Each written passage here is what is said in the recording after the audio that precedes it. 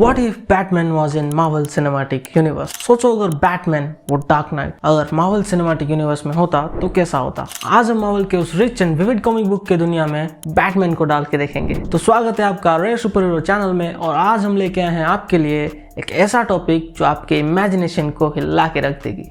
तो चलिए शुरू करते हैं। Segment 1, new origin story. सबसे पहले हम बात करते हैं बैटमैन की ओरिजिन स्टोरी के ऊपर। अगर बैटमैन को मार्वल में फिट करवाना है तो उसके बैकग्राउंड में थोड़ा तो बदलाव लाना ही पड़ेगा।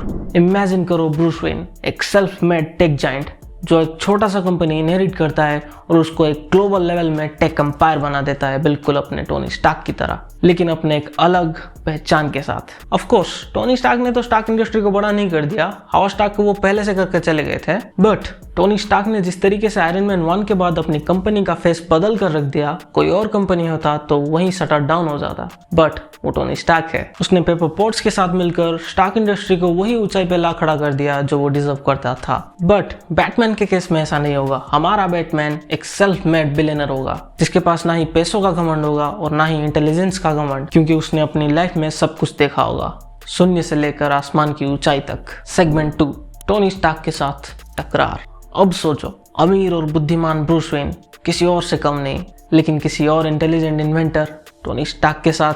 दोनों की brilliant inventions and limitless resources के बीच वो दोनों एक दूसरे से कभी एग्री नहीं होंगे, क्योंकि टोनी के जैसे कैरेक्टर को, यानी full of egoistic and arrogance के जैसा कैरेक्टर को ब्रूस वेन कभी अपना दोस्त नहीं मानेगा। अगर ब्रूस वेन को कोई प्रॉब्लम ना हो तो टोनी को जरूर होगा। अगर दोनों के बीच ना हो तो क्रिएट तो करना ही पड़ेगा। इन दोनों के बीच एक कंपटीशन एक कैप्टिवेटिंग ड्रामा क्रिएट कर सकता है, जैसे कि स्टार्क का कॉन्फ्लिक्ट था कैप्टन अमेरिका एंड थॉर के साथ। Segment 3, the change of Gotham city.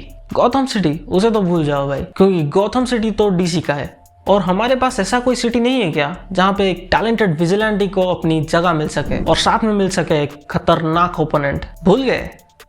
जी हाँ, हेल्स किचन। हम बैटमैन को हेल्स किचन में शिफ्ट करेंगे, मार्वल की वही आइकॉनिक ग्रिटी नेबरहुड सिटी। इस बदलाव से उसे डेयरडेविल जैसे आइकॉनिक कैरेक्टर के पास लाया जाएगा, जहाँ पे उनका एक epic team up and fight के लिए तैयारी दिखाया जाएगा, स्पेशली किंग पिंग के खिलाफ। और इस स्टोरी में इससे ज्यादा अच्छा डेप्थ और कुछ नहीं हो सकता है। Segment 4, super serum injection. देखो भाई, हमें बैटमैन को बस एक यूनिवर्स से और एक यूनिवर्स में लाके पटक नहीं देना है। अगर हम बैटमैन को ला ही रहे हैं तो उसमें बहुत सारे चेंजेस लाना ही पड़ेगा, तभी तो एक अलग एंड इंटरेस्टिंग सी स्टोरी बनेगी। और हमारे अभी तक के स्टोरी से ये पता चलता है कि ब्रूस वेन एक ऐसा ह्यूमन बीइंग है जिसके पास ना ही ईगो है और ना ही एरोगेंस, और साथ में विजिलेंटी है, तो जाहिर सी बात है सच्चाई के लिए लड़ मर सकता है। और साथ ही साथ बिलियनर तो है ही, तो उसका ईमान टूटना लगभग नामुमकिन सा है। तो अगर ऐसे कैरेक्टर को हम वही सुपर सीरम दे जो स्टीव रोजर्स को कैप्टन अमेरिका बनाया था, और या फिर वो सुपर सीरम जो बकी को विंटर सोल्जर बनाया था,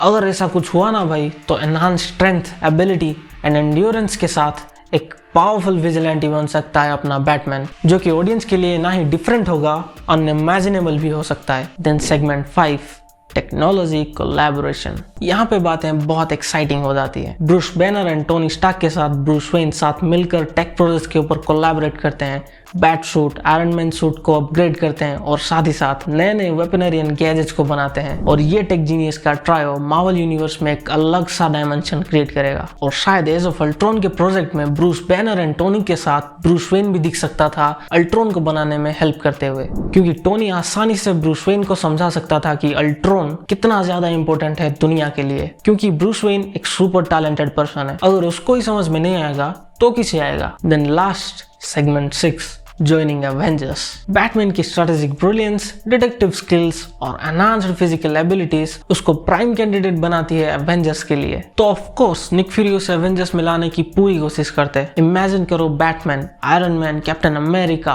हल्क, थॉर जैसे बड़े बड़े सुपर हीरोज के साथ बड़े बड़े लड़ाइयां लड़ रहा है, और साथ ही साथ थैनोस के खिलाफ लड़ रहा है। ऑफ कोर्स उसका प्रेजेंस सारे फाइट में बहुत सारे चेंजेस लाएगा, और साथ ही साथ एवेंजर्स की विनिंग परसेंटेज और भी ज्यादा हाई हो जाएगी। और यही है हमारा थ्रिलिंग एक्सप्लोशन अगर बैटमैन होता मार्वल सिनेमैटिक यूनिवर्स में। आपको इस क्रॉसओवर के बारे में क्या लगता है? कमेंट्स में जरूर बताइएगा। अगर अच्छा लगा तो लाइक एंड शेयर जरूर कर दीजिएगा। मिलते हैं नेक्स्ट वीडियो में।